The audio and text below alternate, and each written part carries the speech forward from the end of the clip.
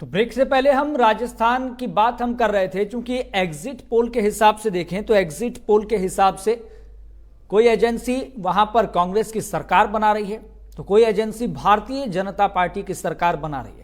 इसलिए हम लगातार इस बात का जिक्र कर रहे हैं, आपको बता रहे हैं कि राजस्थान की पॉलिटिक्स बहुत अलग तरह की होती है, कॉम्प्लिकेटेड होती है। वहां पर स्थितियां कब बदल जाए कुछ कहा नहीं जा सकता। इसलिए आपने बीच बीच में भी देखा होगा राजस्थान के सियासी सफर में अशोक गहलोत के नेतृत्व में वहां पर रिजॉर्ट पॉलिटिक्स का वक्त भी एक देखने को मिला था। जब गुटबाजी शुरू हुई तो सचिन पायलट और अशोक गहलोत के बीच में तनातनी बढ़नी शुरू हो गई थी।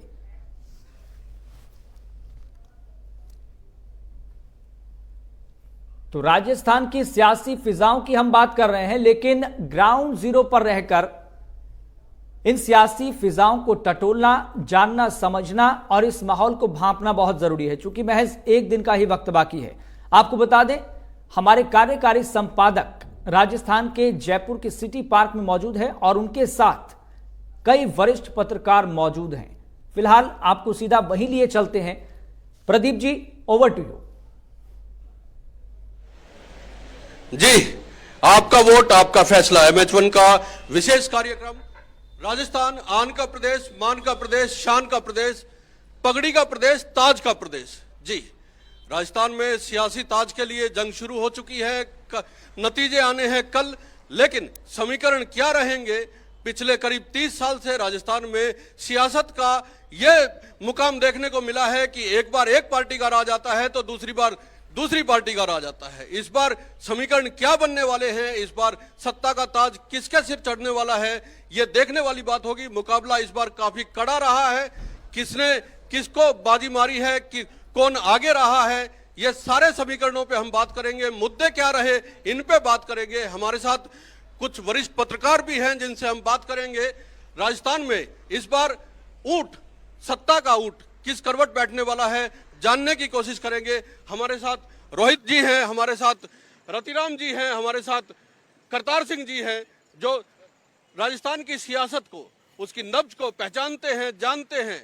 क्या मुद्दे, क्या वादे इस इलेक्शन में हावी रहे, किसने किससे क्या समीकरण बैठाने की कोशिश की, सब पर बात करेंगे। हम वरिष्ठ पत्रकार जो हमारे साथ हैं उनके पास चलते हैं। जी रोहित जी, स्वागत है आपका। Thank you sir. किस करवट बैठने वाला है राजस्थान के सियासत का ऊंट?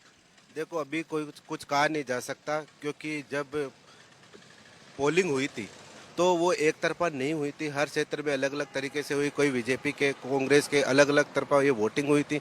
कहा यह जा रहा था कि इस बार कांग्रेस आएगी, लेकिन चुनाव से पहले ये कहा जा रहा था। लेकिन 7 गारंटी योजनाएं गहलोत ने जब लागू करी, यानी कि जब उन्होंने अपने बुलेट पेपर में जब उन्होंने 7 गारंटी योजना जो लाए थे, तो उससे क्या हुआ कि जनता का एक तरीके से जो वोटिंग की तरफ जो है झुकाव हो गया।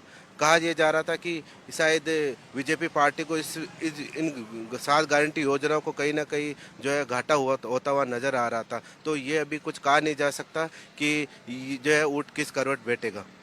ऊंट किस मुद्दे क्या रहे अब की बार? सबसे बड़ा सवाल ये है, क्योंकि आमतौर पे देखा गया है कि देश में, प्रदेश में जब चुनाव होता है तो जातीय समीकरण साधने की कोशिश की जाती है, तमाम गणित बिठाए जाते हैं, जोड़ तोड़ की राजनीति होती है। उसके साथ साथ जनता मुद्दों पर भी वोट करती है। मुद्दे इस बार क्या रहे राजस्थान के इस चुनाव में?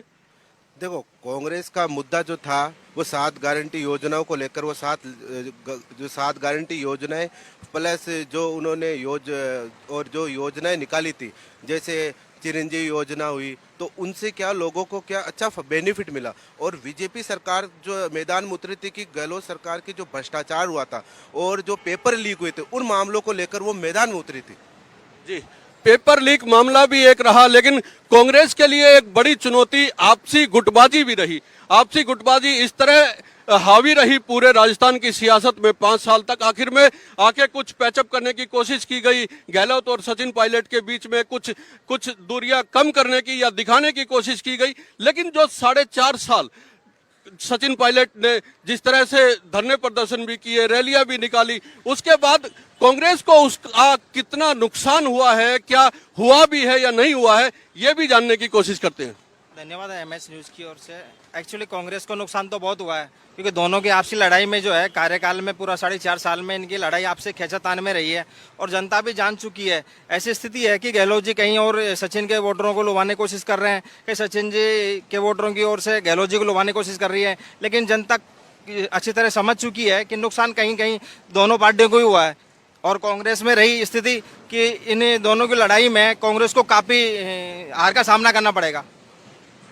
टिकटों को लेके भी सियासत हुई। गहलोत अपने जो चहेते उम्मीदवार थे उनको टिकट दिलवाने में कामयाब रहे। कांग्रेस ने इस बार ज्यादा परिवर्तन करने की कोशिश नहीं की। सचिन पायलट भी अपने चहेतों को टिकट दिलवाने की उसमें कामयाब रहे। लेकिन सवाल ये उठता है कि क्या सचिन पायलट अपने जो उनके खास उम्मीदवार थे उनको टिकट दिलवाने के बाद मैदान में उस तरह से सक्रिय दिखे जिस तरह से 2018 के चुनाव में?